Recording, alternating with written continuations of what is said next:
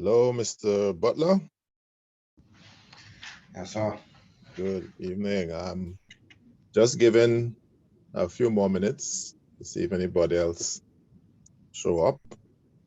So give me about another 10. We start at Okay, then. 6:15. Give me a few. Okay, no problem. All right.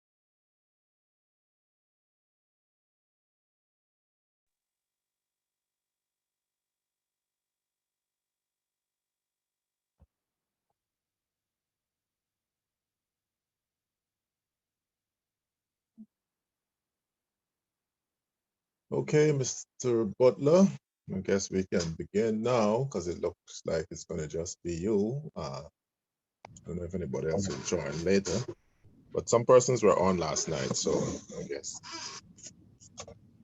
Okay, we can begin. Now, this will be the last Wednesday, Thursday class. Okay. So all the other classes will be on Saturdays. Okay. Right. So we're gonna. I don't know if you did the homework for chapter 8, but No, I haven't. you could send that so I could credit you for it. And we're going to be looking at chapter 9 and a portion of chapter 11 Okay. tonight, because we want to see if we could make up for some lost time for the midterm on Saturday. So we'll try and do that today. All right, so this chapter deals with payroll, and we want to start off by looking at the Government of the Bahamas salary book. This is a compilation that you can find online, and the last salary book they did was 2016, and basically it contains a list of all the different positions that persons are employed through the Government of the Bahamas and their salaries.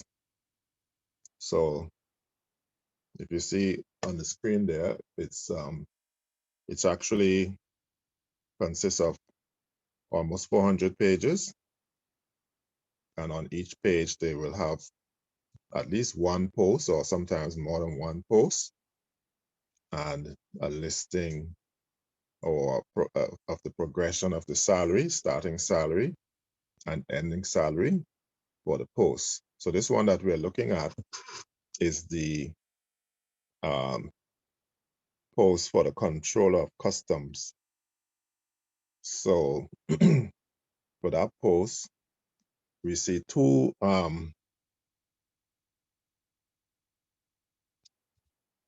columns there. The first column is what the salary was in 2012, and then the salary was increased in 2016. And so in 2016, there was a difference. The starting salary is 64,200 for both. But what they did in 2016 is that they extended the time from 10 to 13 payment periods. So what they do here is they start at 64,200, and this INC stands for increment. And so each year after you satisfactorily complete the year, $800 is added to your base salary, and they keep doing that for up to 13 years until you get to the maximum for that post, that position. The maximum for that position is $74,650. Now, that progression or step or salary scale could be shortened in the form that you see at the bottom of the slide. So you see it, 64,250 is your starting, times 800. 800 is your increment, and up to 74,650 is your ending or your maximum salary. Okay, so instead of writing out the full steps as they have it here, you can shorten it in this salary scale format as 64,200 times 800 up to 74,650. This dash here means up to, not subtract. Okay, so it's just saying that it goes up to that. So if you wanted to find out how much the person earns per month at their starting salary, how would we do that? Can I divide that by 12? Right. Or do I multiply that by 52 and divide by 12? Well, this is the annual salary. So if you want to find out how much is earned a month, division by 12 is sufficient. Okay, Now, then. if you wanted to find out how much the person makes in a week, then you would divide by 52. Okay, then. So the monthly would be division by 12, weekly would be division by 52. Let's say we wanted to find out what's the salary after 5 years.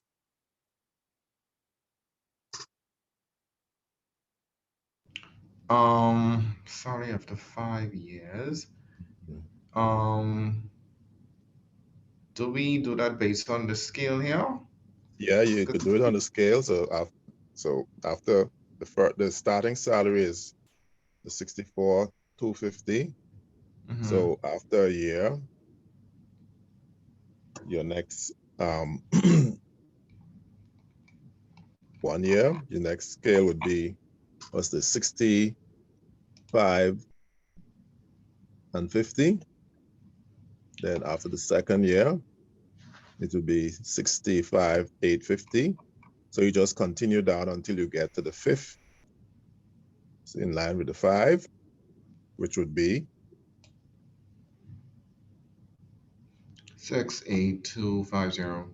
okay, right. So you could just follow the scale, and that would basically tell you what your salary is after a certain period of time. Okay. Now, using the salary scale setup, we could still work it out,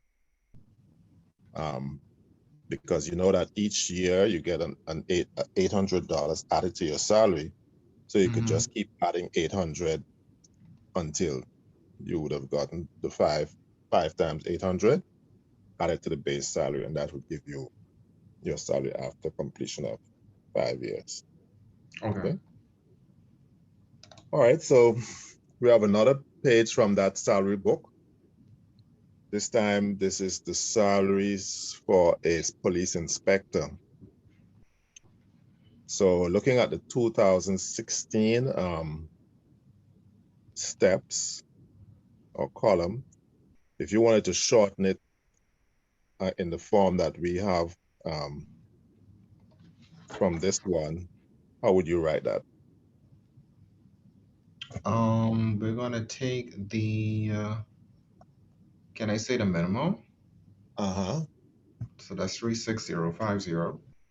Okay, 36050.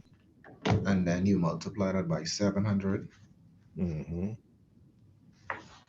And then it'll be up to 45850. 850. Okay. Right. Okay. So this is saying then for this person's police inspector salary scale, it starts at 36,050. Each year, $700 is added to the salary until you get to the maximum of 45,850. And that's your salary scale. All right. So when they advertise positions, say in the newspaper, we wouldn't put this whole column in the paper. If you want to show the salary, you would put the salary scale, which would be your starting, your increment, and your ending. And that's how you would abbreviate the information in the table. Okay. Um, so next we're going to look at that same scale that you just mentioned. And of course, you already know that, okay, if you want to find the monthly salary, you divide by 12. You want to find the weekly salary, you divide by 52. The annual salary after 5 years. Now, you don't have that step chart to look at, but you could use the figures that you have here. How would you work out the salary after 5 years?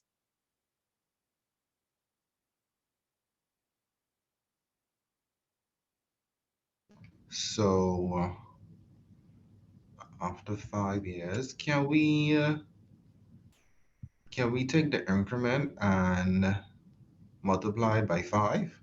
Mm-hmm. They say 5 times 700. That gives you $3,500. mm-hmm. And then you add it to the minimum. Okay, so the 36,050 plus the 3,500. And so that gives you Oh, I didn't have a calculator with me. Hold on. Where am I? Guys? 1 second. 36050 plus 3,500. I get 39550. okay. All right. And then the last part asks you how many years would it take to reach the maximum salary? How could you work that out mathematically instead of looking at the table? I'm thinking like an equation, I think. Mm-hmm. Okay, let me try to get this. Boy, number of years to reach the maximum salary. Okay, the maximum salary is 45, right? 45,850, yeah. Mm-hmm. Um, boy, can I take? Do I put 36 to 36 over the 45? Do I divide those? Why you want to do that? Okay, because you asked that, I need it. I just feel like I think this is just like an algebraic expression. Okay, what's your starting salary? The 36, And the ending is 45,850. right? Okay. And every year you go up by 700. Mm-hmm. So Do I find a difference? okay, yeah, sound like that, yeah. So you'd say 45,850 minus 36,50 gives you how much? All right, let me see. 9,800. Oh, who is this? See who says. Thompson. Oh, Miss Thompson. Oh, you're with us. Okay, okay, welcome. Sorry for I being thought tardy. I thought I was just gonna have one person. Okay. Yeah, you said 5,800? 9,800. Oh, 9,800. Okay. All right. So over the period of time that this person would work, in total they would get increments of 9,800. Divided So by 700. okay, so you said 9,800 divided by 700, and that gives Was you 14 years. 14 years. Okay. All right. So if you know the salary scale, you find a difference between the start and the end, and you divide by 700, and that would give you how many years. Or if you want to, you could do the long method. You could say 36,050,700 equal, then keep adding 700 until you get to 45,850. Because you know every year it's going up by 700. So if you keep adding 700 to each time, then you count how many times you have to add that 700 to get the 45,850. But then this method here would be a shorter approach. Okay. Okay, so that's your salary scale.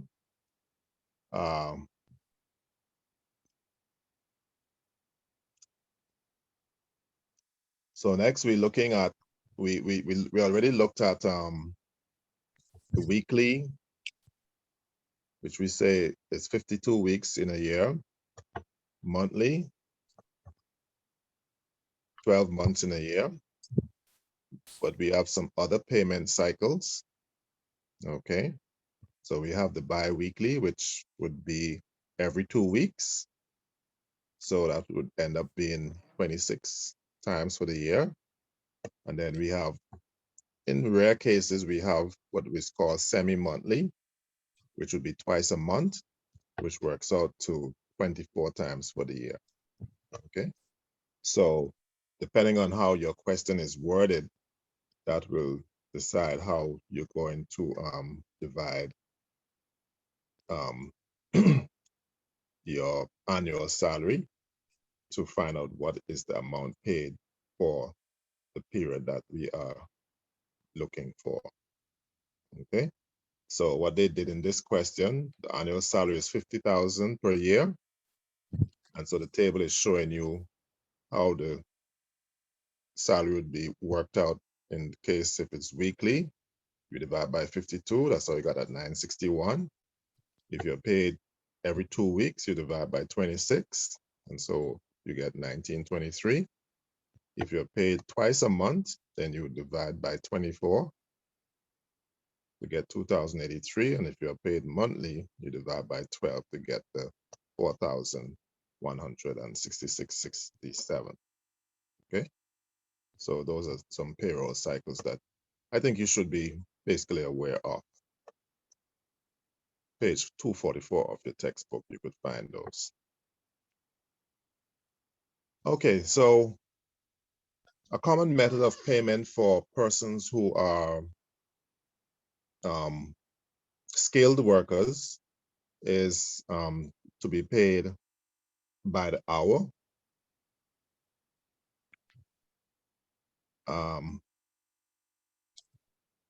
There are some other employees who are not skilled workers who are also paid by the hour, but their gross pay is determined by the amount of hours they work and the rate they're paid per hour. Of course, generally, your working week is 40 hours. So anything worked over 40 hours would earn overtime, and usually overtime is paid at a higher rate than your regular rate. Now in this chapter, in this book, they tend to use time and a half as the overtime rate, but of course, it's not necessarily time and a half. It could be double time, time and a quarter, triple time, and so on.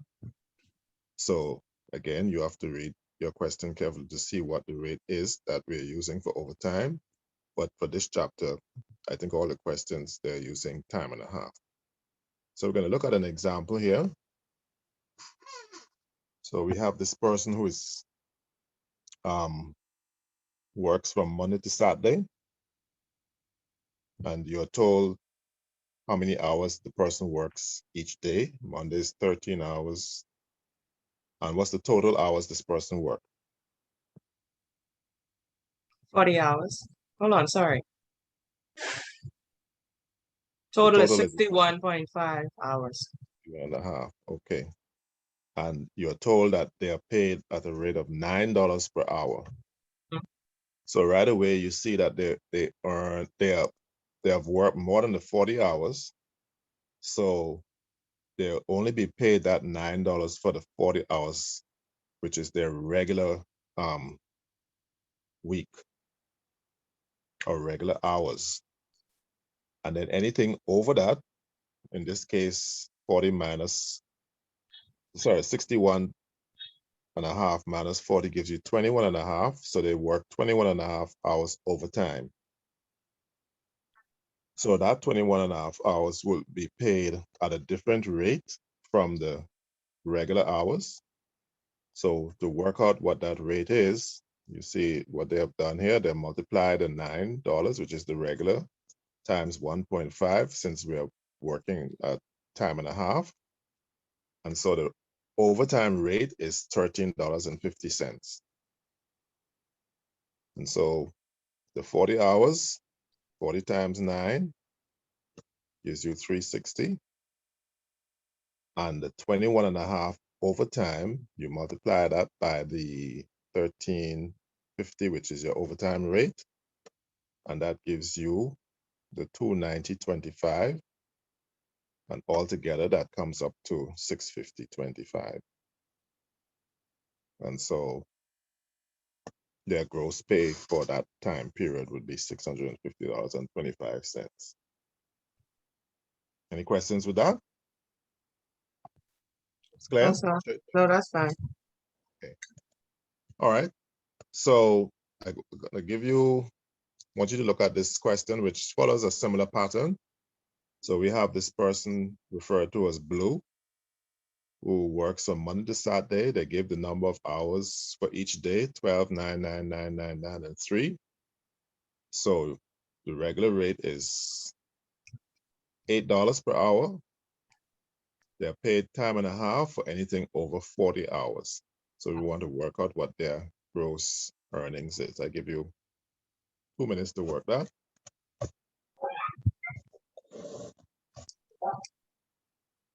Okay, so today,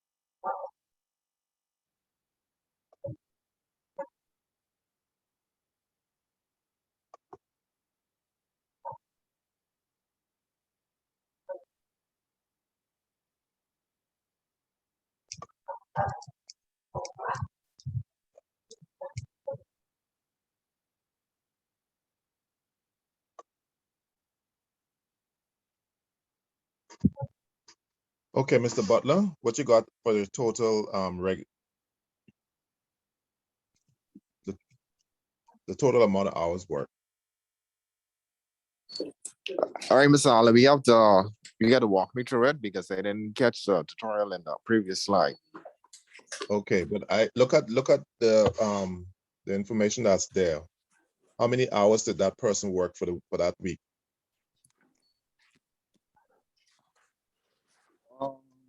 If I add Monday through Saturday, Yes. okay, 12 plus 9 is 11. 11 and 9 is 20. 20 and 9 is 29. 29 and 9 is 42. No. 29 and 9 is 38. 38 and 9 is 47. And 47 and 3 is 50. So that's 50 hours. That's right. I think you're off by something.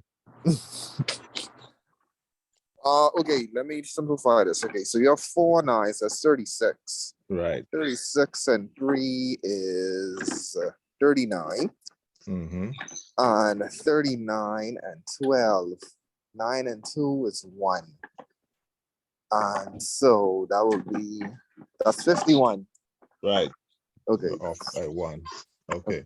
So in total, you work 51 hours. Now, how many hours is regular hours? What do we say regular working hours is? How much? How many hours is that? 7? No, the regular in total for a week. When we're doing this. Oh, 35? Is it 35? 35? Oh, 35 and 40. Okay, maybe in the bank, but the regular working hours for Not in the bank. not in the bank. No. Okay. Yeah, man, 95, it's 35 a week. But no, Yeah. it's $35. fine. Okay. But So- for this chapter, it's 40 hours. Okay. And by law, it's 40 hours. 40 also. hours, Yuri. Okay, Yeah. 40. All right. Yeah. Okay. Maybe he has a managerial position and he works less hours. Okay. All right. So if total regular hours is 40, and by the way, Yuri, if you look on the question itself, it tells you right there that it's Okay. 40 hours. So it will vary, but most times the question will actually tell you what is the amount of hours that's regular. So the question actually says 40 hours. Okay. So if you work 40 hours, then how many hours overtime is that? Based on the 51 in total. So I'll take the difference from 51 and 40. So that would be that will be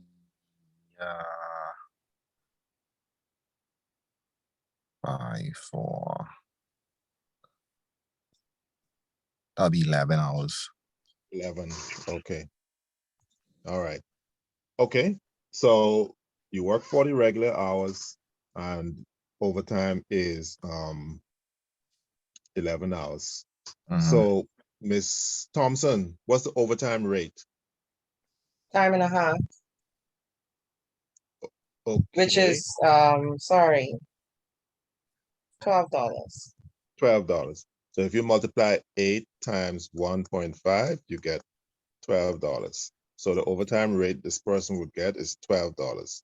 So therefore then, if you want to find out the gross earnings, it's going to be your 40 times what?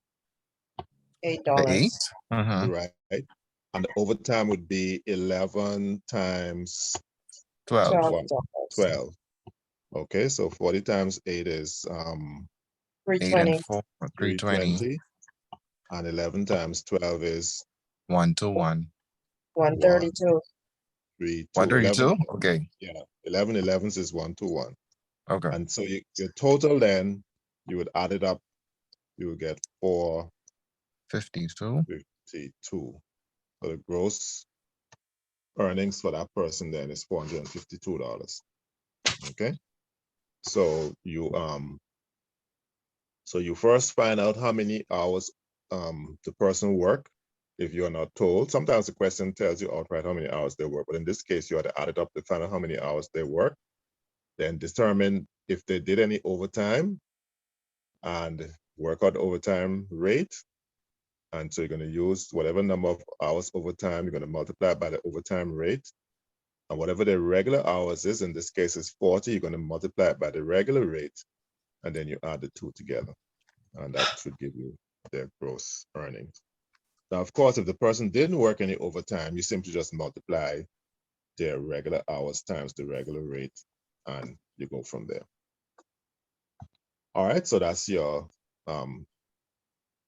payment by the hour.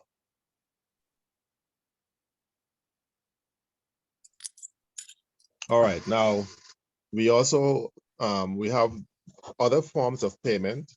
Certain types of work you are paid by the amount you produce. Okay, so in this case, this person works at a location where they make dolls, and they're paid 96 cents per doll. So the more you make, the more you earn, and it's just a flat rate. Whatever each one that you make, you get a certain amount for it. So it's just a straight multiplication of the rate times the amount produced. And that's it. So that's what we refer to as a straight piece rate pay. So persons who pick fruits or who work in factories, garment factories who sew and so on, oftentimes that's the way they're paid, by the amount of items they pick or they produce. And you simply multiply whatever the amount they produce by the unit price per one. Okay, now sometimes we can, to encourage persons to aim for greater production, they have what is called a differential pay schedule. So in this case, it's still a piecework in many cases, but what they do is they pay you based on your volume. So in this case, this table says that you produce 1 to 50, you get 50 cents per one. Anything from 51 to 150, you get 62 cents per one.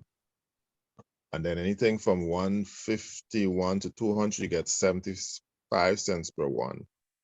And then anything over 200, you get $1.25 per one. So what they're aiming to do is to encourage persons to aim to at least produce over 200, that's where they get the premium rate. Okay. Now, in this case, this person produced $300, and you see the working at the bottom, how they work out what that person earned. But last night when I met with the other group of persons, some of them made the same mistake which people often make when they have this table. They just assume that because someone, in this case, produced more than the 200, in this case, this person produced 300, they just went ahead and said 300 times 1.25 and figure that that's what you should do to get the amount that that person should earn. But you see here, it is broken down into sections because the table is saying the first 50 units is to be paid 50 cents. From 150 to, from 51 to 150 should be paid 62 cents. From 151 to 200 to be 75 cents. And then anything over 200 should be paid 125. Okay, so you have to do it according to how the schedule is stated. The schedule doesn't say that if you make over 300, then you should be paid 125 in total for anything over 300. Sorry, over 200. You have to work out the payment for the first 200, and then after that, anything over that, you get the 125 for. Are we following?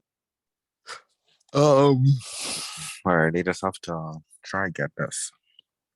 Okay, so 50 out of the 300, you get charged the 50 cents. Mm-hmm. So we have 250 left. Mm-hmm. So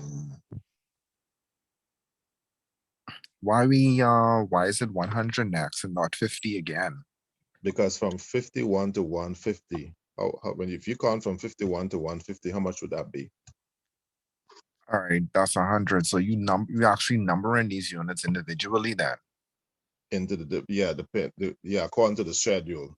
Okay. Mm-hmm.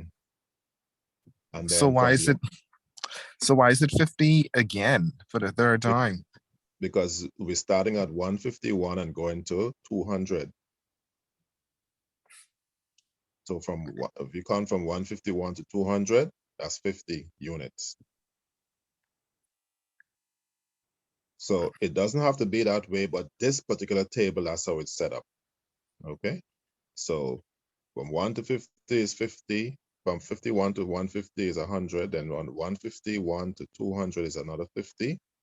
And then after that, anything over 200 would be $1.25. So you break it down according to how the schedule is set up. Boy, yeah. Ms. Thompson, you follow that? Like, I didn't hear you. yeah, I get it. You guess? Okay, Is so I let it- me. yeah, I get it. Mm-hmm. yeah, I Okay. get what you're saying, but it's like, Mm-hmm. is it going is does it have to be like consistent like this? It varies according to how the question is worded, but and how the table is set up. But the thing is that you have to use your table to determine how to work out the total based on the different stages. So Okay. somebody who, yeah, so somebody who produces only 50, you'll only get 50 cents. If you go Okay. over 50, anything over 50 to 150, you get 62 cents. I get it. Okay. Because you know Yeah. how I was reading it? I was Mhm, reading, I just see what you're saying now, because mhm. I assume that it was broken up in 50 units each, but I actually read in the table on the left. Okay. And yeah. So Yeah. yeah, I Yeah. see it So, now. mhm. Because All I right. just assuming 1 to 50 is 50 units.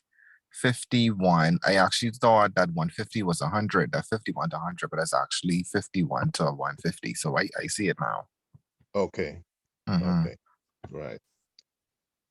All right. So now that you see it,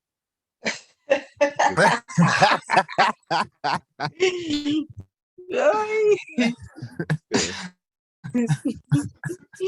All right. So let's look at 9.5 and 9.6. So in 9.5 and 9.6, you don't have a table. You simply are told that you produce 480, you get $3.50 per unit.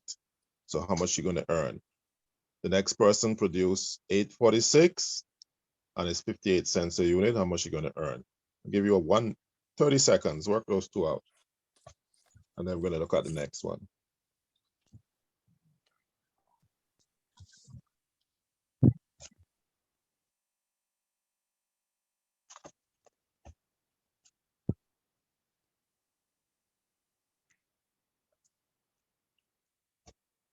Okay, Ms. Thompson, what you got for the first one? But gee whiz. um I get 480 times the 350. Mm-hmm. That was 1680. Okay, so you just multiplied straight out because that's Right. what we call a straight piece. Okay, Mr. Butler, what's the next one? 846 times 58 cents, that equals to 490 and 68 cents. Okay, okay. All right, now in the next two, you are asked to calculate the gross earnings for each apple picker based on the following differential pay scale.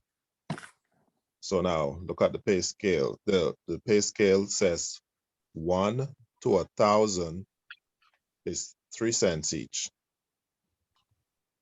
1,001 to 600 is 5 cents each. And anything over 1,600 is 7 cents each. Okay. Hmm? So I want you to figure out now how much you're gonna these persons are gonna earn. The first person is Ryan. You pick 1,600. Next person is Rice. That person picked 1,925 apples to work out their pay.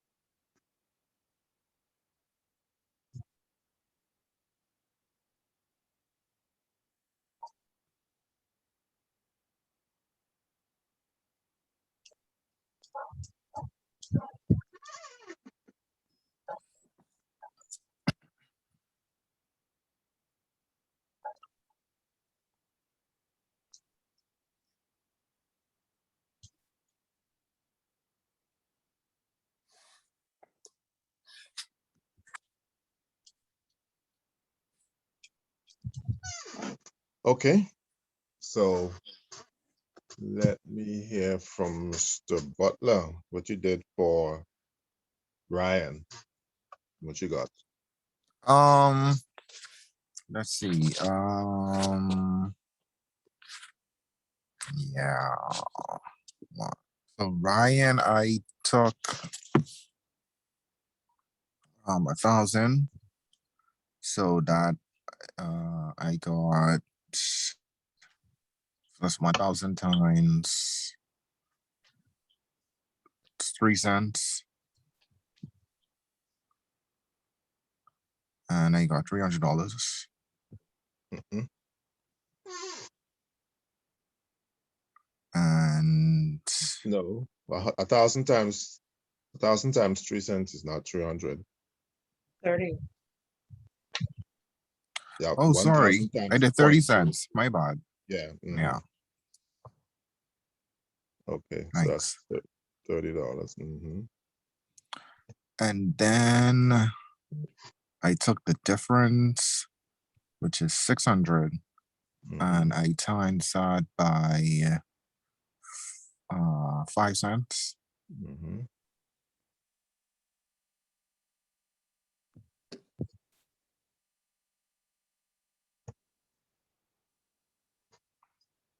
And got $30. Okay, And so you add the two, which really equals to 60. okay, so that's $60.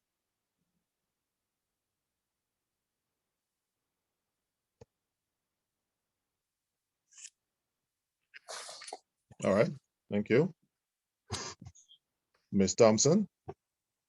Let me hear what Hi. you did with the next one. So I did 1,000 times 3 cents. That was $30. And then I did 600 times 5 cents. And that was $30. And then I did 325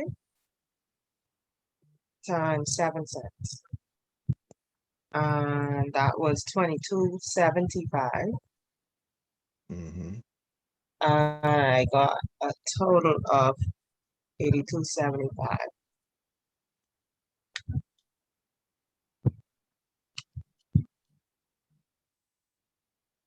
$82.75. Okay, right. Okay, so I think you get the point. So don't make the mistake and just assume that because the person produced over the 1,600, then you're going to just multiply the 1,925 by 7 cents. You have to do it on the stages that the scale shows. All right. So in this case, the first 1,000 was 3 cents, the next 600 was 5 cents, and then anything over 1,600 was 7 cents. All right, so that's your piece pay work. So we have the straight piece pay, and we have the differential pay scale. Now, another form of payment that is used in mainly for persons who do sales is commission. And of course, like the commission we use is usually a percentage of your sales. So we have persons who only get commission. So they refer to that as straight commission. Now this question used the term draw. So basically what they mean when they say a draw is that you get an advance for traveling maybe, or for just general expense. And then once you make sales, they take whatever money they advance to you out of your sales, and then the balance would be your net commission. All right. So in this particular example, this person earns a commission of 15% on net sales. Now, please note what it says here, net sales are total sales less sales returns. So if you sell items and those items are returned, then whatever is returned is going to be taken out of your gross sales to find your net sales. So you only get commission on what your net sales are. So this person had a net sales of $56,000 and the person received a $600 draw. So you want to calculate the gross pay.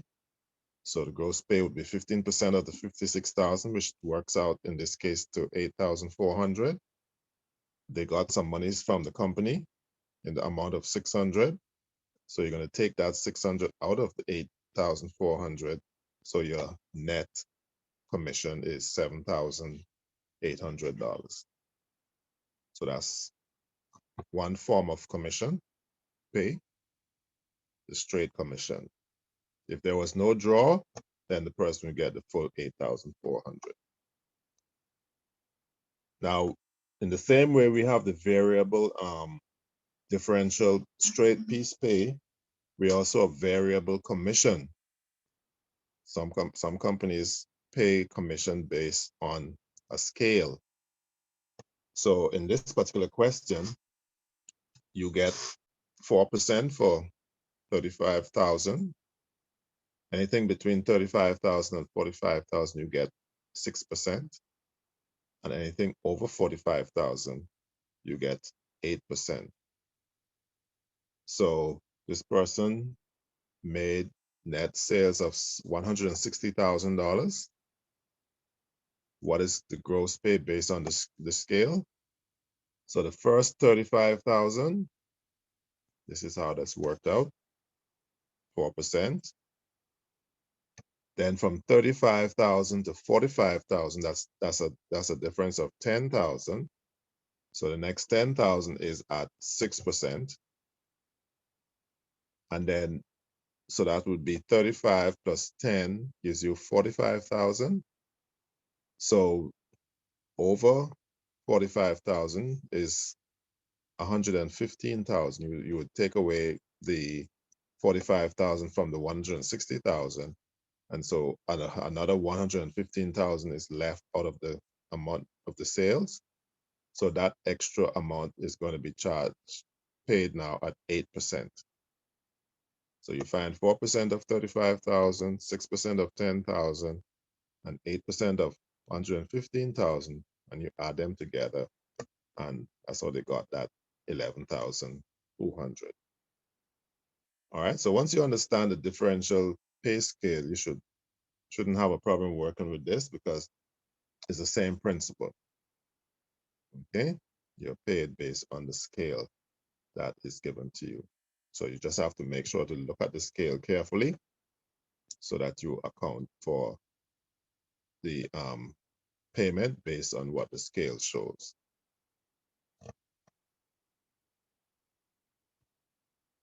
Some places pay a salary and a commission. Now, usually when they pay a salary and a commission, you don't get commission on all your sales, or if you get commission on all your sales, it's a much lower commission than someone who is paid only on commission. So this question is showing that this person gets $3,000 monthly plus a commission of 4%, but only for sales over 20,000. So if your sales was under 20,000, what would your salary be?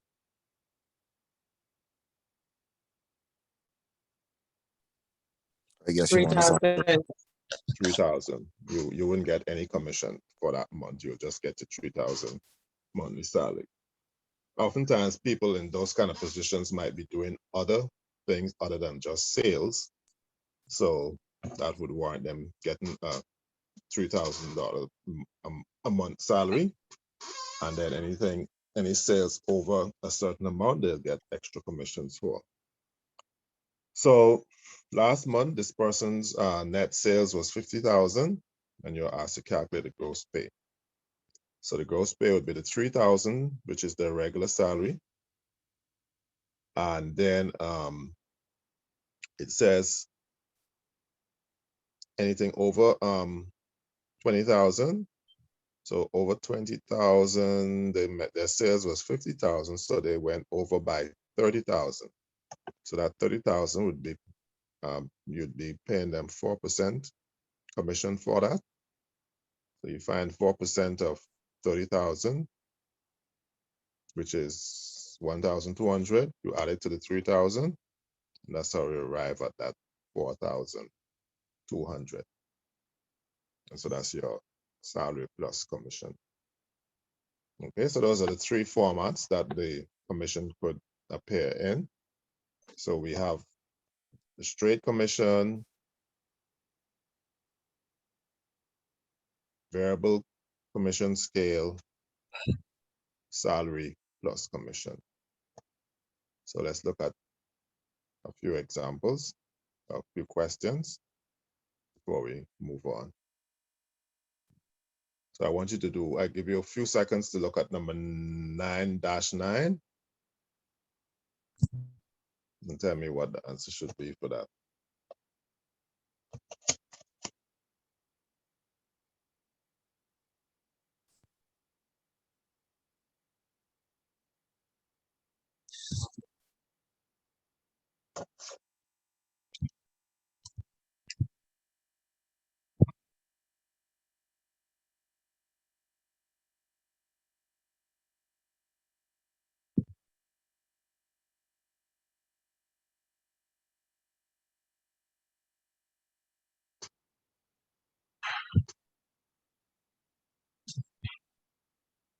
Anybody got the answer for 9-9? Hmm? I could try it. Yeah, what you got? So the total sales was, okay, the draw, the 8,000 is what is taken from the sales? Yeah, that's the, you were advanced that, so you owe the company that.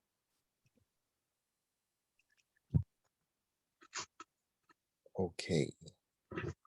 So So, whenever you calculate the commission, you have to take that away from the commission because you owe them 8,000 because they gave you, they lent you 8,000. So a draw is like a loan that you got from the company to carry you through until this payday. okay, so first we have to take the 7%. You have to take the commission from the total sales. Okay, so what is the commission? All right, so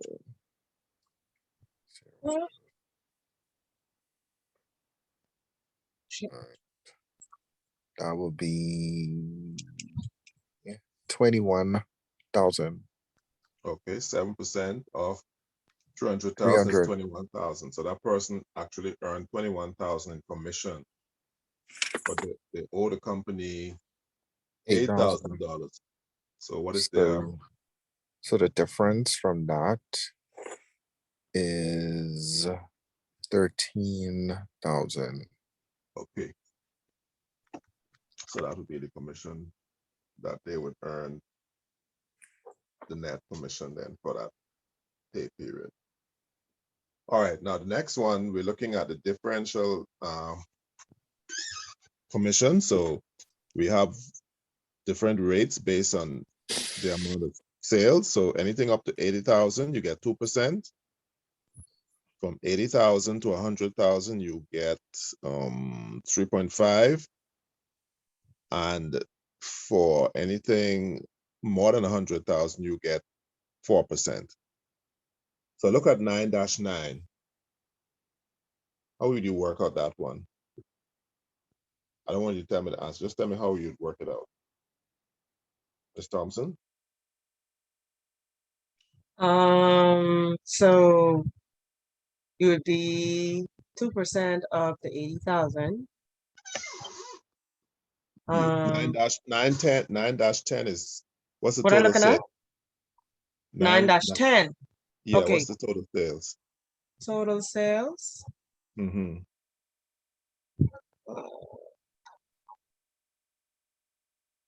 In It's total, right the there. both of them or each, or who are you looking at? No, Bill? just 910. 70,000, my bad. 70,000. 70,000, right.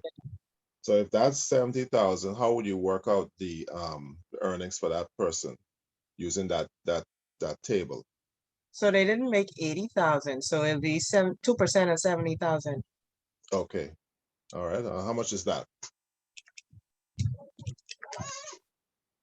1,400. 1,400. Okay. So that's an easy one because they didn't go up to 80,000. So they'll only get 2%. Now the next person, their total sales was 155,000. So Mr. Butler, tell me how you're going to break it down to work it out. I don't want you to work it. Just tell me how you're going to break it down. Okay, so we're gonna take up to 80,000 first. Mm-hmm. And what are you going to do with that 80,000? We're going to find out the gross earnings of that. Yeah, but what rate is that? That's 2%. Okay. And then what's the next step after that? We're gonna take the difference. We're gonna find up to 80,000 to 100,000. Mm-hmm. So how much is that? Would be 155. 155 minus 80. That'll be 75. I Yeah, subtracted. I yeah, but subtracted. from yeah, I know what you did, but what I'm saying to Okay. you, the second stage, how much money is involved in the second stage? Oh, 80,000 to 100,000. So how much is that? That is actually 20,000. Okay, so the next 20,000 Right. is going to be at what rate? 3.5. Okay. And then what's going to be left after you do those two stages? 55,000. Okay, and then how are you gonna You're what gonna rate? at 4%. Okay, I want you all to work it out then. Tell me what the final answer is.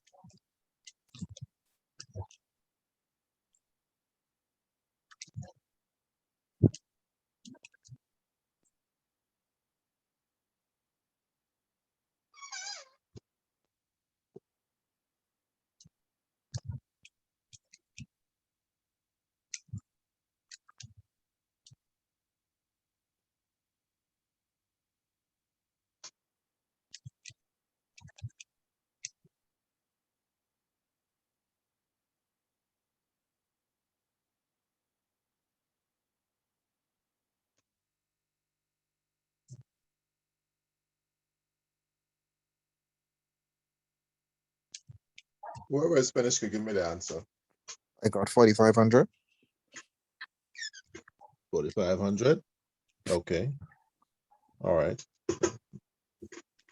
So the first band would be 2% of 80,000, which is 1,600.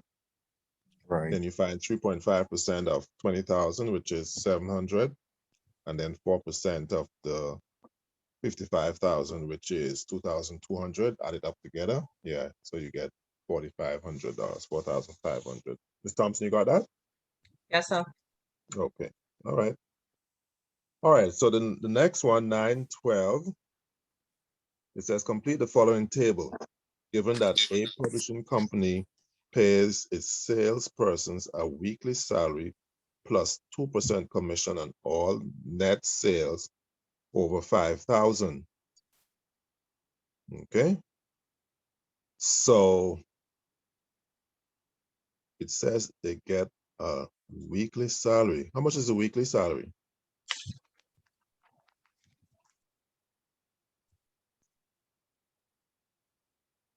The weekly salary would be 8,000 divided by 52. No, that's their gross sales. Not Oh, sorry, 8,000. my bad. Mhm. Oh, regular. The weekly salary is 250. Right, that's the regular wage. Okay. What else they say in this question now? They said that net sales over 5,000, they get 2% commission on that. So their gross sales is 8,000. Mhm. Are they going to get 2% on that 8,000? No, How much they going to, what they going to get the 2% on? 3,000. Was there any returns? Oh, yes, $25 returns. Okay, so what really should they get that 2% on? 2,075. Okay, all right. So tell me what their salary should be then. Work out the salary for that person.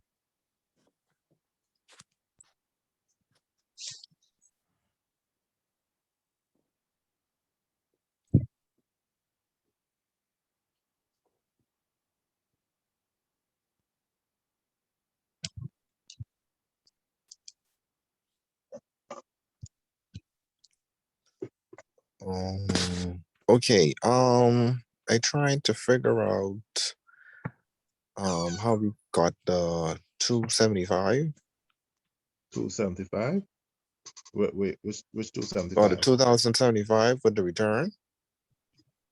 Okay, remember now, you're only going to get commission on sales over 5,000. So your gross Okay, then. sales was 8,000.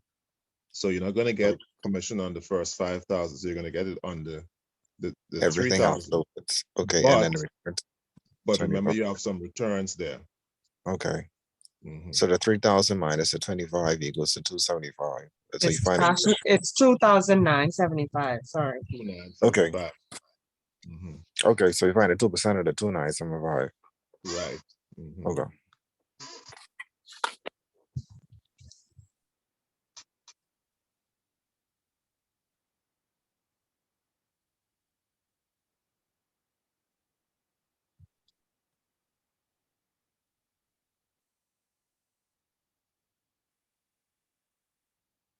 So the commission is $59.50. Okay, 59.50 is the commission. So what is the total wage? 309 and 55 cents.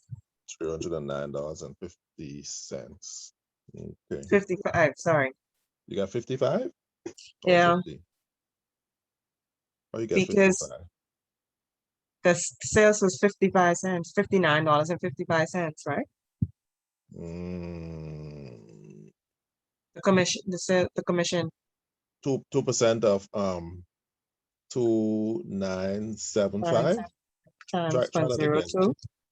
Oh, 50. I got 50. Okay, 50 cents. You're right. Sorry. Okay. So that would be 309.50 is their total wage.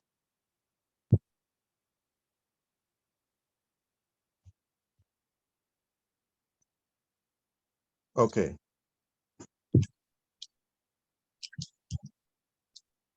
Now in your book, the next part of this chapter deals with deductions from salaries.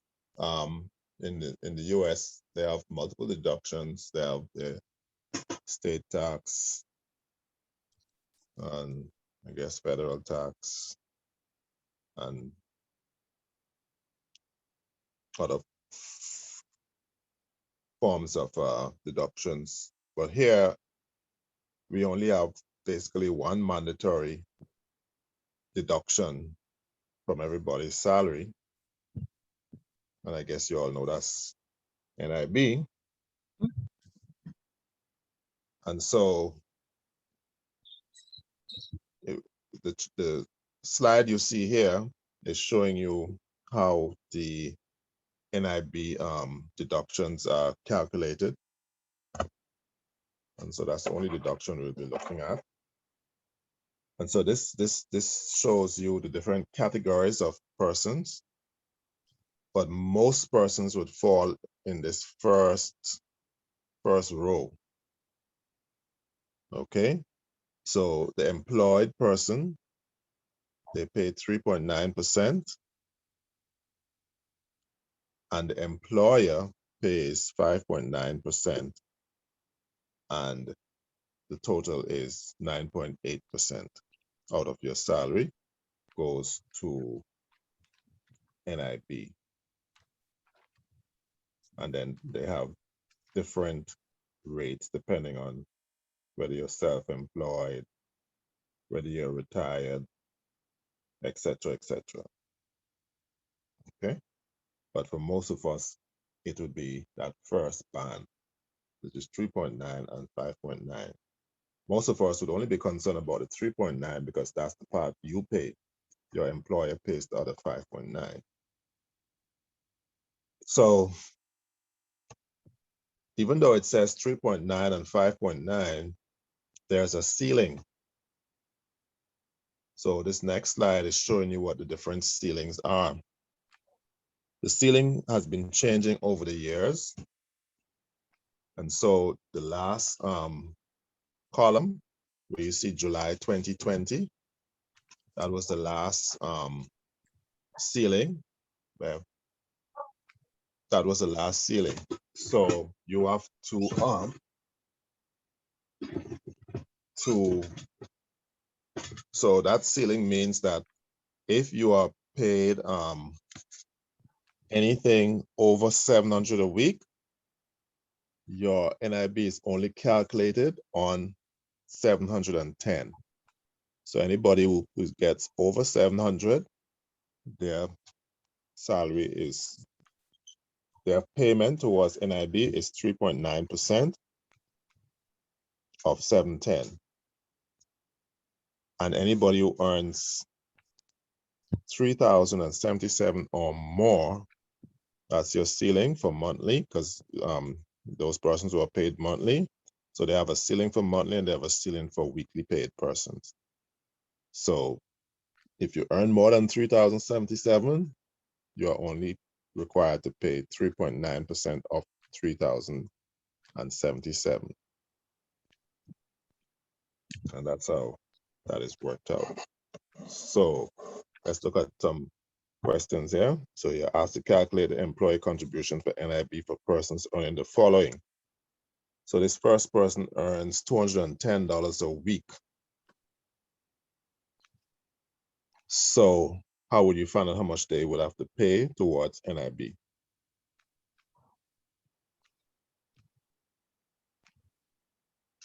You would go to the weekly schedule.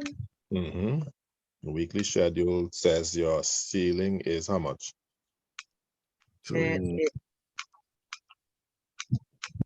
go ahead. What's the weekly, what's the ceiling for the weekly schedule as of Is it- July 710. 2020? 710. 710. So once you earn less than 710, you just find 3.9% of whatever you earn. So you're gonna have to find 3.9% of 210. How much would that be?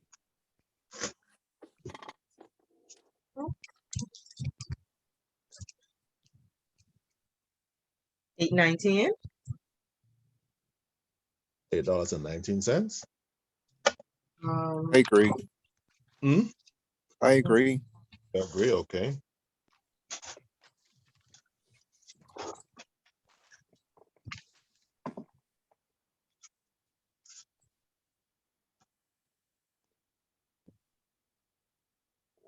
Okay. The next person earns $1,500 a month.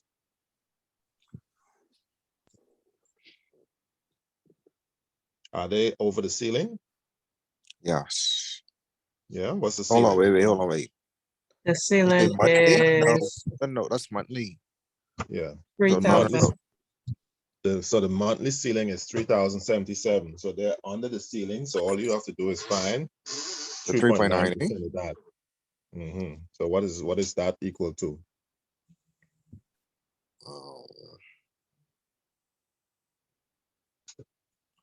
58.5. Okay, so $58.50. okay, so $58.50 would come out of their salary for that month to go towards NIB, and whatever is left would be the take-home pay. All right. So if you take 58.50 from 1,500 a month, what would be your take-home? If we hold on,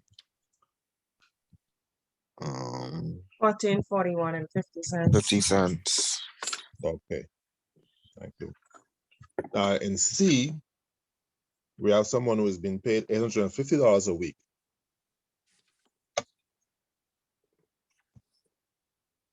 So what would be their contribution?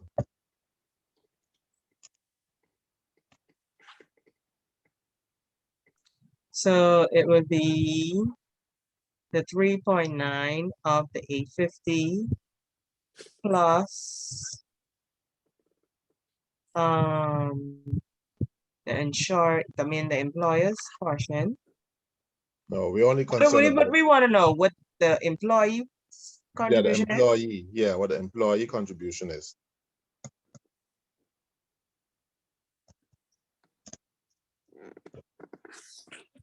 Calculate the employee contribution for NIB for person earning $850 per week. I'm not sure.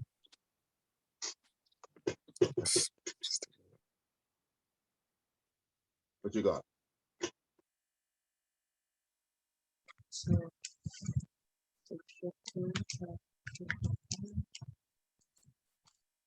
is that 31.15? 33.15? What you did? 3.9% and the 850? What's the ceiling? 710. But you went over the ceiling. So what do you do with the difference then? What difference? I mean the ceiling is 710. Yeah, the ceiling is 710, so that means you can't go over it. So what's the rate then? 3.9%. Okay, so you still do it. The It's 3.9%, the 3.9 times 710? 710, sorry. 710? 710, right. You can't go over 710. Wow. So even though they're earning more than the 710, you just do it to the 710. Right. Okay. So anybody, if you're earning less than 710, whatever you earn, you find 3.9% of that. But if you earn over 710, you have to find 3.9% of 710. And that's it. You can't go over the 710. Okay. And that's the rule? Hmm? That's the rule? Yeah, that's it. That's what I mean by ceiling, the ceiling on the insurable wage. Yeah, but wow. Because if you So- earn more and they didn't have a ceiling, that means they would have to pay more to you when you retire because you are paying more. They have a limit to it just to So manage the expenses. question, sorry, my bad. So when both persons retire, the one that's not meeting the ceiling and the one that's meeting the ceiling, when they retire, are they gonna be getting the same thing? No. It should be different. It should be So- different. Yeah. So we could assume that the person who was getting paid less is going to receive more in NIB benefits? No, they'll get Wow. less. Yeah. The more you pay, the more you get. Yes, but it's not exactly like that. There's like a band. Like if you get between a certain amount and a certain amount, you get that. Then if you earn another band, you get, yeah. So it is a band of benefits, but essentially, the more you pay into it, the more you would earn. Okay. All right. Now, the next one, this person earns 54,500 annually. So how are we going to deal with that one? So I'm assuming we take the ceiling and multiply by 12. Well, the payments are either going to be monthly or weekly. So if Oh, you so if let's you take know your annual salary is 54,500, then you first need to work out what your monthly what salary you get is. paid for monthly salary is. So Mhm. So 54 5 divided by 12. Mhm. That's 4,541 and 67 cents. So that is over the ceiling of 3,077. So we just Mhm. have to take the 3.9. It's 3.9 of that. 3.9%.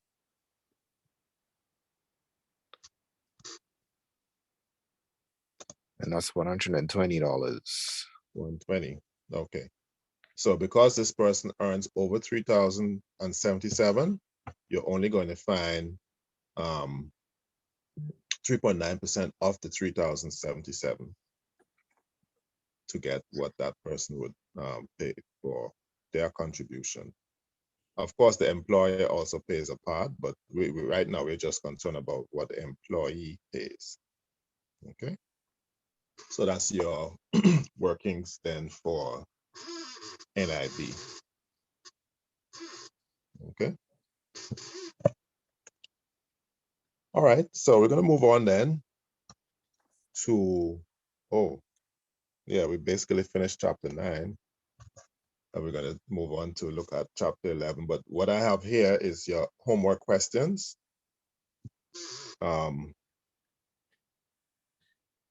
Okay, so homework, page 837, 36 to 37, questions 1C and so on. And then aside from that, you have these questions to do with the NIB contribution. They also want you to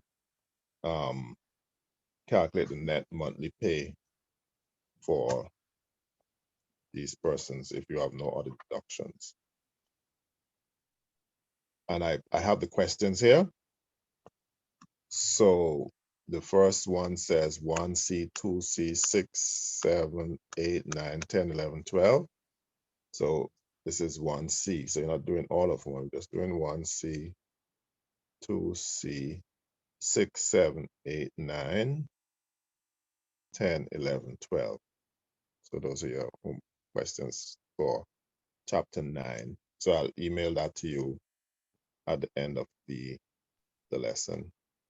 I'm sorry, could you repeat that again for me, please? I'm sorry. I'm really sorry. You said 1C.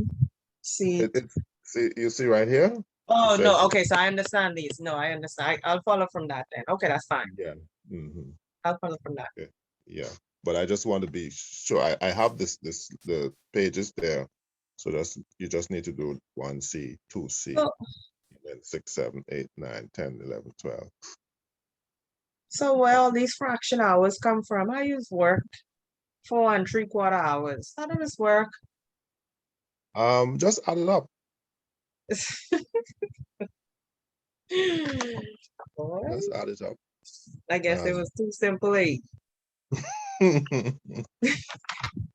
Yeah, but those are easy things. You only have half and quarter, so you could do that right on your calculator. Half would be 0.5, quarter is 0.25, and 3/4 is 0.75. So it's not too difficult there. All right. All right. So now, okay, so those are the answers. And then we go into chapter 11. Okay, so we're gonna do the first part of chapter 11, which and then we'll finish off chapter 11 on Saturday, if all goes well, which we pray it will. So chapter 11 is on what is called promissory notes. And so on page 286, you are given a sample of a promissory note. And based on the sample that you see there, what can you say is a promissory note? What is a promissory note? What's the purpose of a promissory note? A promissory note based on this. I mean, I don't know. Obviously, it's from somebody promising to pay the bank. I don't know. Sorry. Go ahead. Yeah, you're right so far. Just as it says, you're promising to pay. And why would you be promising to pay? Because you're getting goods on this promise, or you're Okay. receiving service or something. Right. So basically, that's what the promissory note is. You either getting some goods or you're getting some cash. And if we didn't write a promissory note, what could happen? I guess the institution could be at risk, I guess. Okay, yeah, it would be a kind of risk you're taking because someone could say, I didn't get anything from you. We didn't sign, Right. we didn't have any agreement. The person Okay. would not have been able to receive the goods. So basically, a promissory note is like a sort of contract where one person is receiving an item and promising to, stating that they receive it and promising to pay back for what they receive.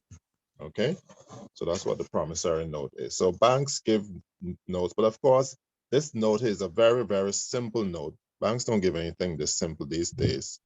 It's usually more involved, several pages. Okay, so a mortgage would be sort of like a promissory note, but it would be much more detailed than this, very legalistic. And any loan that you get from the bank, you definitely, there's a sort of loan agreement. So a loan agreement would be a type of promissory note. Okay, so you get something and you promise to pay back, and you sign off to say what you got and what you plan to pay back. That's the essence of it. Now, at the bottom of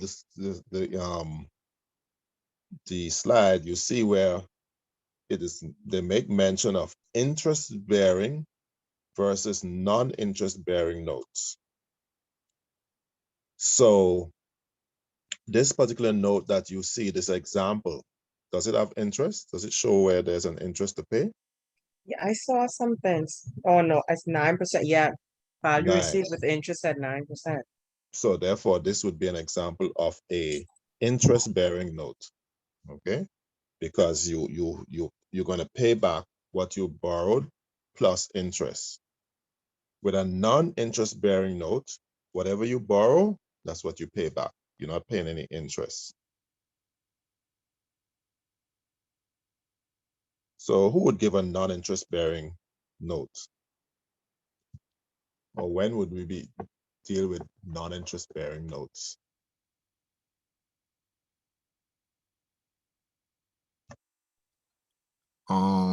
Just think of any situation.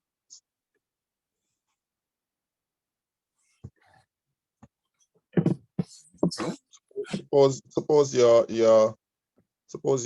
father lend you some money. You think he's gonna charge you interest? I wouldn't think he would actually give it.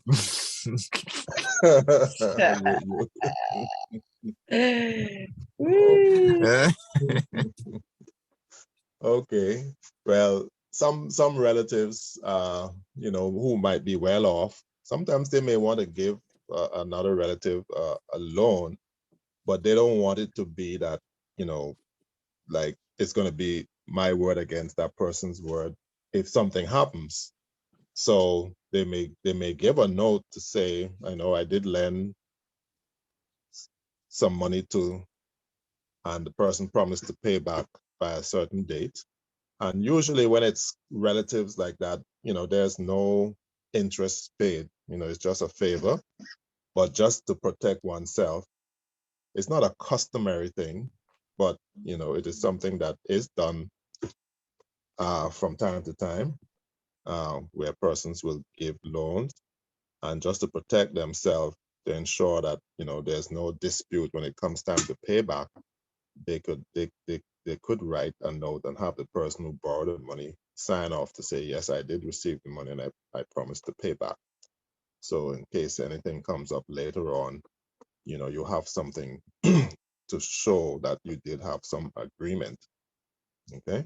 So oftentimes those kind of personal family related loans would be non-interest bearing. All right. So we don't really have to do much calculations for those because those usually don't include interest. Whatever you borrow, you pay back. But with the interest bearing note, we pay back what we borrow plus interest.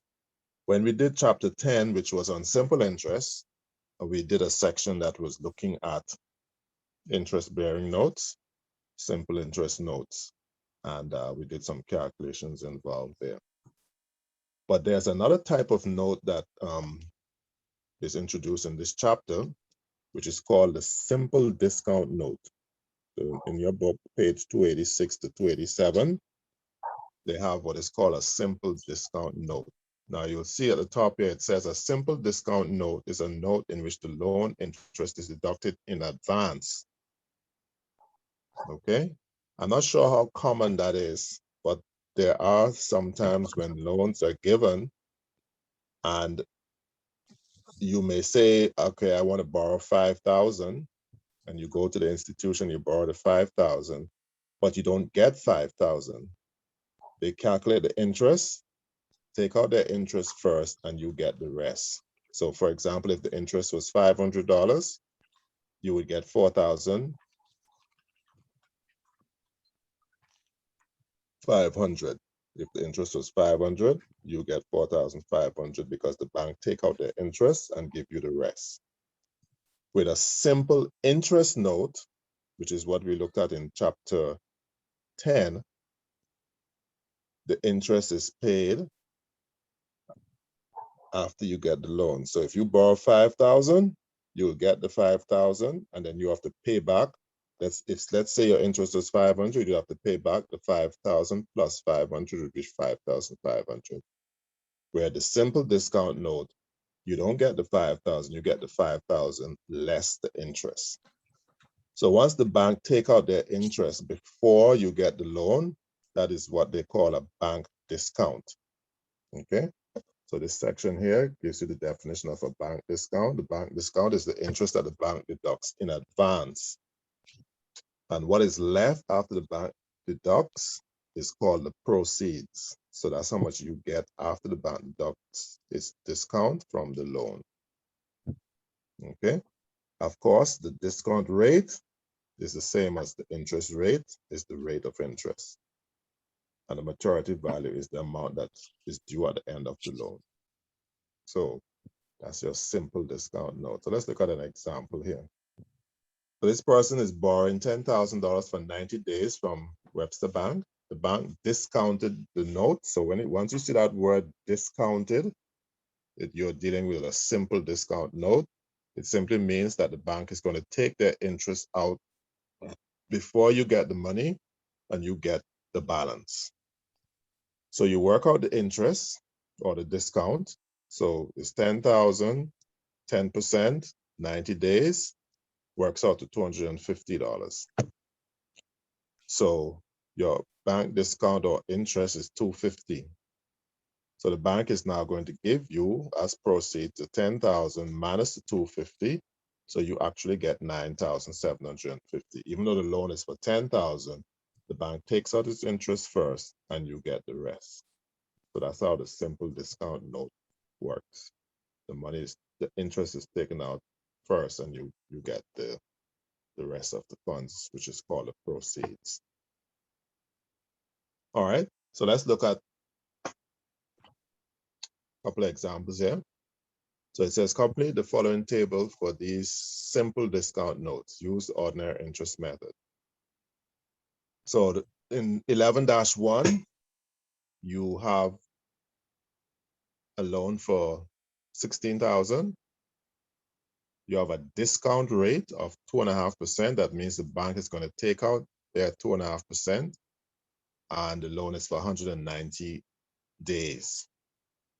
So first we need to work out how much is the bank discount, which is basically how much is the interest the bank is going to charge you. And then you're going to tell how much you will get after the bank takes out their interest. So how are we going to find out the interest for 11-1?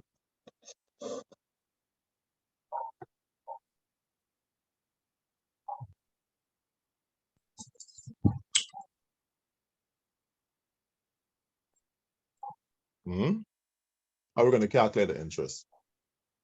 The interest, that would be 16,000 times 2%, 2.5%. Over 190 and Over it's 360. Okay, so what does it give us? 16.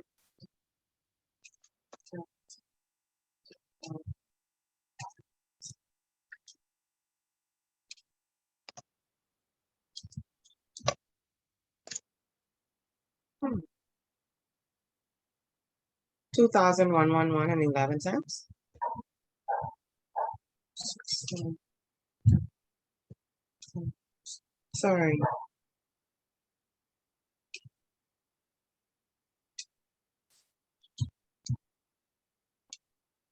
211 cents.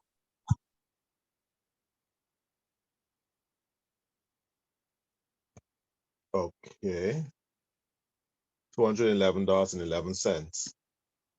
So that's your bank discount. So the bank is going to take that because that's their interest. So what's going to be the proceeds?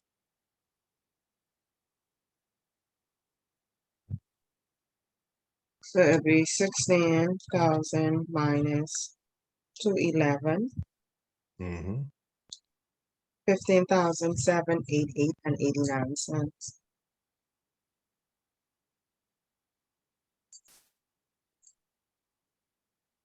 Okay. Okay, I want you to work out the second one, 11-2.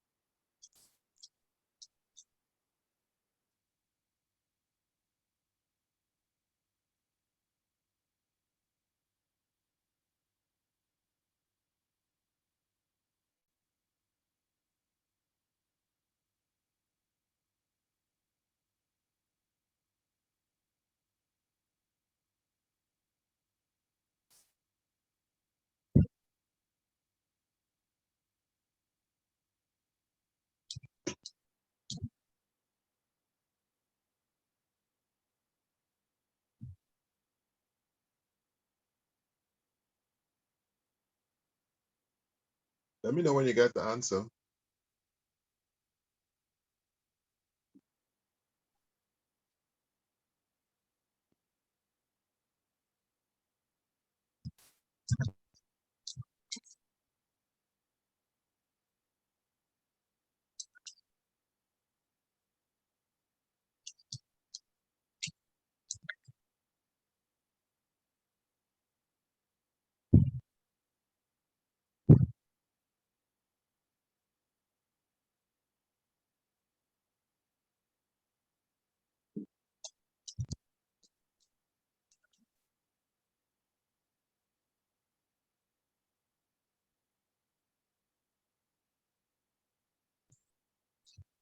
Okay, Okay.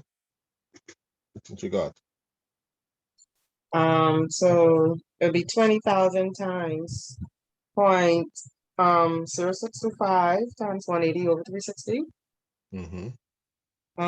And that'll be a total of 625. Okay, that's your bank discount, right? And so the proceeds would be 20,000 minus the 625, which would be 19,375. Okay, $19,375. Okay, if this was a simple interest note, what would be different? We would add the Yes. 625 to the 20,000. Okay, very good. Finding the Very good. difference. Okay, very good. So with the simple interest note, we're going to add the interest to the amount that you borrowed to find the maturity value. And so you would get the 20,000, but you would pay back 20,625. But with a simple discount note, you're going to take it away because the bank is going to keep that as their interest, and you would get the balance, which would be the 19,375. All right. So in this, on this page, on your book, page 287, they basically showing you the difference between the simple interest note and the simple discount note. So basically, they have another question where this person has a note for 14,000 for 60 days, and the person is looking at the simple interest versus the simple discount note. It's the same rate of interest, but one is a simple interest and one is a simple discount note. So you'll see the working is the same up to a certain point. The interest is 186.67 on both sides. But when it comes to the simple interest note, you're going to add the interest to the principal to get your maturity value. In this case, it's 14,186.67. Whereas with the simple discount note, your maturity value is your face value. Whatever you borrow, that's what you're going to pay back. But you're going to pay it back by first allowing the bank to take their interest, and then whatever you got from them, you're going to pay that back. So your total maturity value would be the same as your face value. The proceeds from the simple interest note is whatever you say you're going to borrow, that's what you're going to get. With the simple discount note, you're going to get that less the interest. And so that's why you see the proceeds are different. Now, this last portion, they ask you for the effective rate. We didn't look at that. But with the effective rate, we're trying to find the rate of interest. So we should remember rate is equal to interest over principal times time. We did that when we're doing simple interest. So the working is the same setup, but what do you notice as a difference between the two?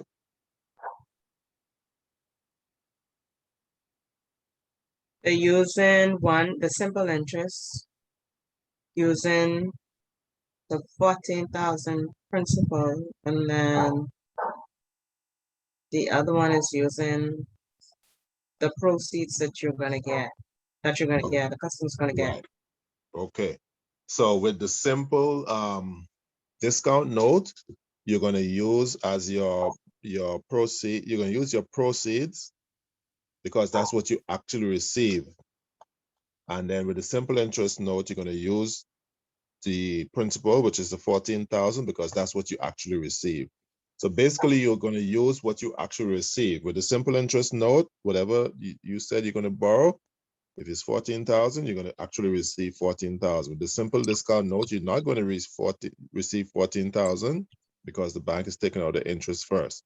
So whatever you receive, that's what you will put as your proceeds for that So calculation. what you're saying is basically you end up paying more with the simple discount note. You pay, yes, you pay, your interest rate is higher, slightly higher. So in the simple interest note, what the stated rate is the same as the effective rate. But with the simple discount note, the effective rate is slightly higher than the stated rate. So it says 8%, but because you didn't get the full amount, you got the amount less the interest that the bank charge, then you're actually paying a slightly higher interest when you use the simple discount note method for a loan. Okay, so that's the difference between the two.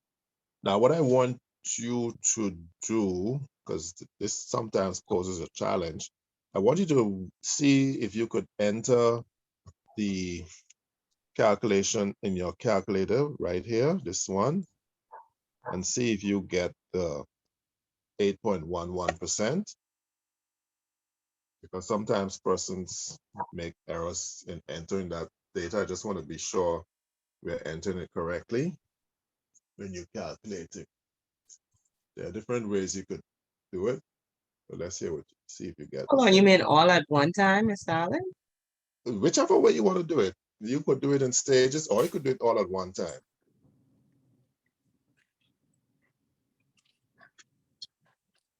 I could try, but I'm currently driving right now. So, Oh, you're driving.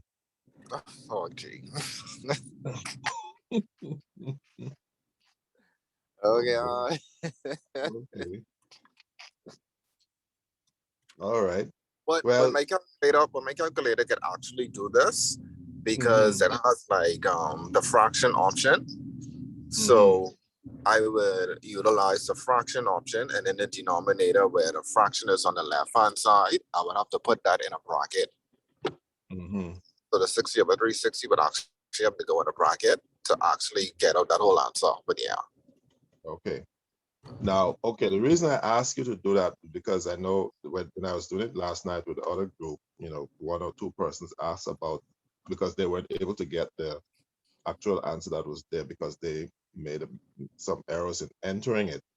So I just want to point out to you that when you do, if you want to enter the whole thing in the calculator, you would put okay, this is 186.67 divided by, and then you open brackets, and everything in your denominator would go in the brackets. So it would be 13813.33 times 60 divided by 360, and then you close brackets equal. So if you want to do it that way, of course, what some people do is that they do the bottom portion first. So you would say 13813.33 times 60 divided by 360, get the answer, and then say 186.67 divided by the answer they get for the bottom portion. That's another way you could do it. All right. So that's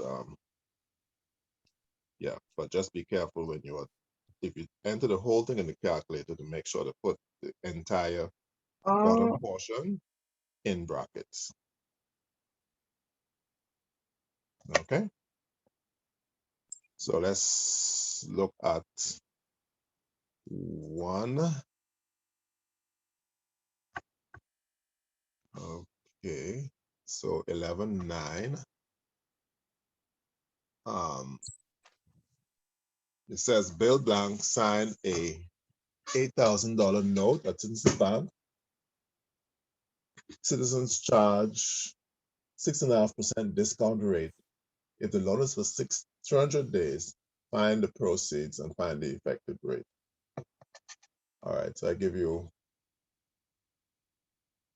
a few minutes, 2 minutes to work on that.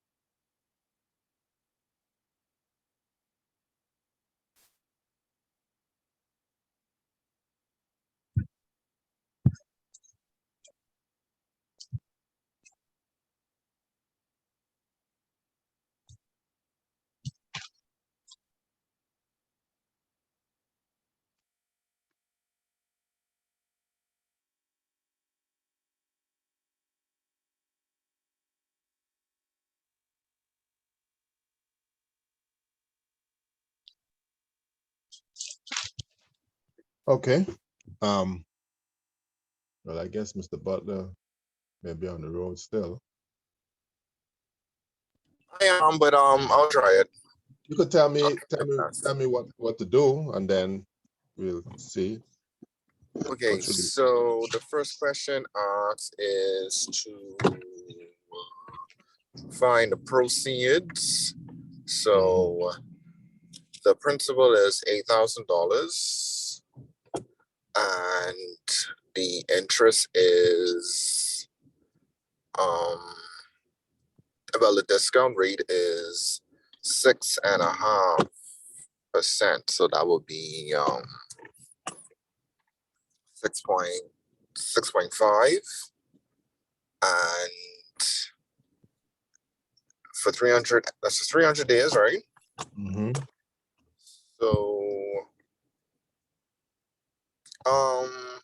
So do we do that? So right, and yeah, someone have to help me with this. Okay, Ms. Thompson, you got an answer for that? I did, $433.33. Okay, you said So it's the $433.33. 33 cents. Okay, so we take the difference from 8,000, and that will equal to the proceeds. So 8,000 minus 433.33. That is what Bill will be getting in loan proceeds. okay. So that comes to what, 7,000? 566.67.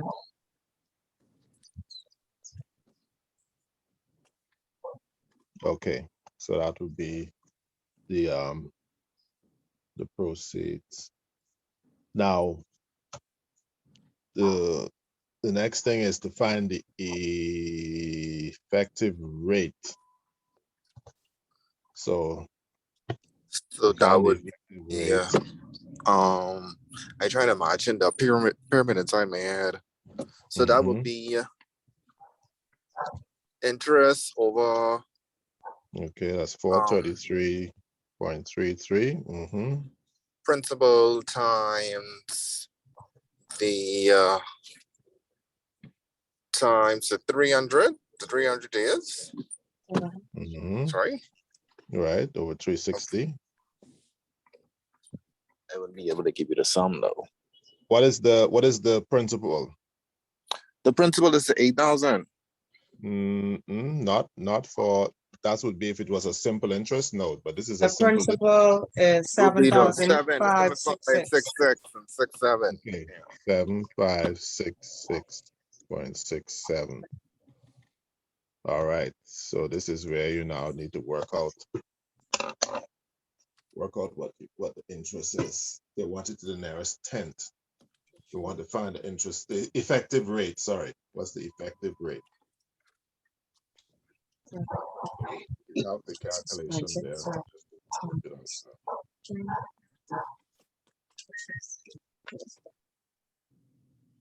Okay. So it'll be 433.33 divided by 6305.55.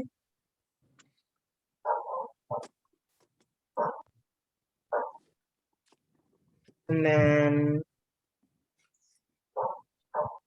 that divided by that would be 0.06.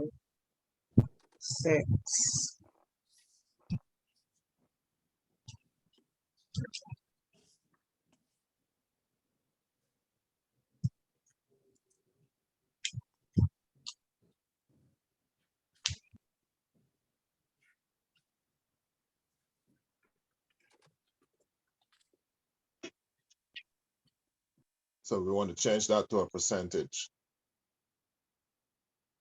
Multiply by 100. Yeah, to change it to a percent. Yeah. Would be 6.8 or 6.9. Okay.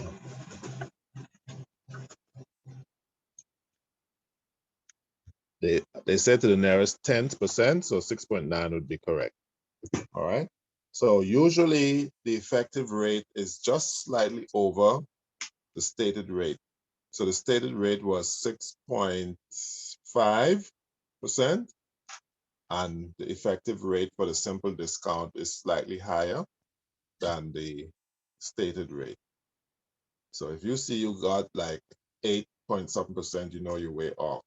When once whatever the stated rate is, the effective rate is usually just a few points above it. And yeah, okay. All right, so to finish off this section that we're going to look at tonight, we're going to look at a related concept to the simple discount note. Now, this is on page 287 of your book. If you don't have the book, this will be on the PowerPoint that I send you, which is a comparison between the simple interest note and the simple discount note. So you could look at that at your leisure. It's just comparing the two. But the next thing we want to look at is the concept of treasury bills. And the reason why they put it here in the book is because it is kind of similar to the discount note. With the discount note, the bank takes out the interest before you get the loan. With a treasury bill, it is not a loan per se. It's that you are lending the government money, so you're looking you're looking to earn from it. You're looking for a profit.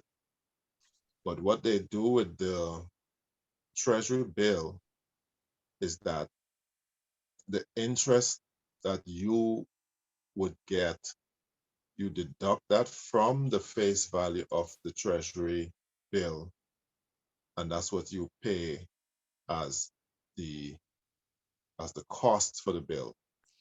And when the bill matures, you would get the face value. I don't know if that makes sense there. So let's say, for example, a treasury bill has a face value of $10,000. You want to buy that treasury bill. You're not going to pay $10,000. You're going to find out how much interest you will be earning from that treasury bill. You take that amount of interest from it. So let's say it was 10,000. You expect to get a interest of $1,000. You take 1,000 from the 10,000, and you'll be left with 9,000. So you'll pay 9,000 for the bill, which will be the cost of the bill. And then when the bill matures, you're going to get 10,000. So you'll get what you paid for it plus the interest of $1,000. And so that's how the treasury bill works.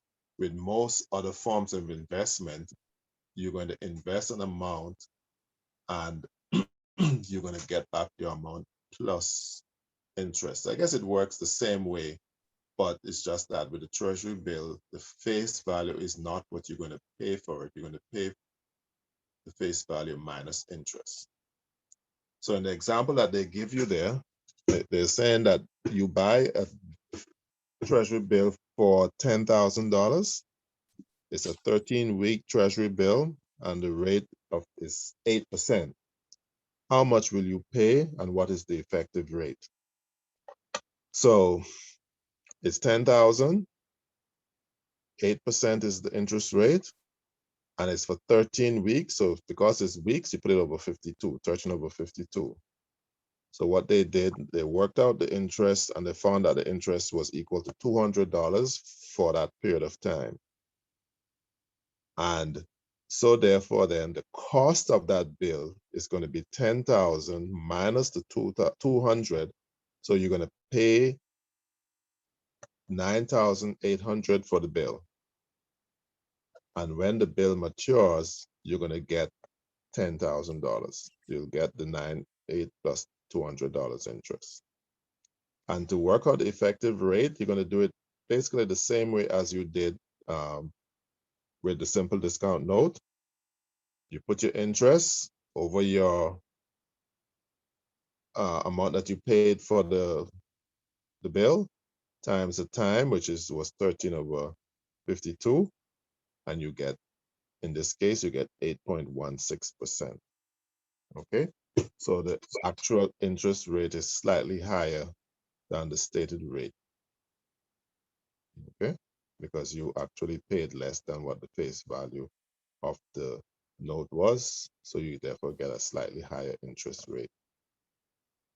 Okay, so let's look at this question here. I'm not going to say anything. I want you to read it and attempt to work it out. I give you Number one. yes, because number 1 and 2 happen to be the same thing. So it's just, yeah, it's just number 1.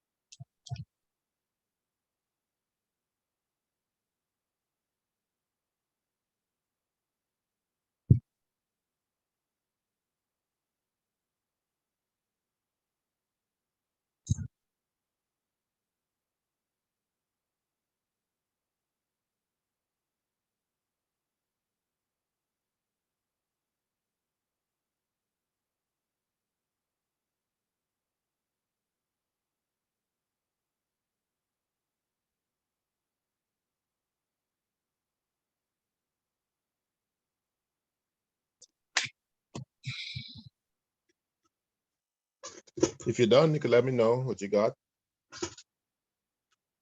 Okay. Okay. So it's 10,000 times 0.04% times 13 divided by 52. That gives you $100. So it'd be 10,000 minus $100 equals $9,900. So to get the rate, you will say $100 divided by 9.9. Sorry, 9,900 times 13 divided by 52, and that would give you 4.04%. Okay, excellent. Okay. I heard you said in your working note that you multiply 10,000 times 0.04%. When I was getting 10,000 times 0.04 times Okay. 13 divided by 52. Oh, you didn't put a percent sign after the 4. I guess you just mean like convert it to decimal. Yeah, I know, but I just wanted to be sure that you didn't put a percent sign after the 0.04. Because that wouldn't be correct. You might have said it, but you didn't write it. That's why I was asking you. I actually did put it. Why would it be wrong? Because 0.04% is not the same as 4%. 4% in decimal form is 0.04. So once you change it to a decimal, you move the percentage sign. Let me see if let me write what I Is think I this heard. the effective rate we're talking about? What do we? No. I was talking when you were explaining your working. What you said 10,000 times 0.04% times 13/52. Yeah. That's what you wrote. That's what you wrote? Yes, that's what I have. Yeah, I'm saying this percent here. No. Once you check what 4% Oh, I see what you're is saying. equal to 0.04. No, I So didn't have this. Okay, no, I didn't have the percentage sign in the equation. Oh, that's what I was just Sorry, checking. no. Okay, in your no, I answer realized, yeah, the 0.04 is percent. is the decimal form of the percent. So in your answer though, you should have 4.04% in your final answer because That's you're what I trying have. to find the range. You have that. Yes, so. Yeah, okay. But okay. All right. So very good. And that's basically it for tonight. You have another set of homework. Okay, so that's chapter 11 homework. That's page 296 to 97, 1, 2, 5, and 6. And I have them right here. 1, 2, 5, and 6. Okay. This And is then due for when? for next class. Saturday? Yes, ma'am. Wow. I mean, you don't have to if it's burdensome, you don't have to turn it in on Saturday, you know. But No, I'm gonna try. I'm gonna try and do it. it's just that it piles up if you don't, you see? Yeah. And I from what I see over the years, the people who do the homework, they do the best in their tests and final exams. So it does help.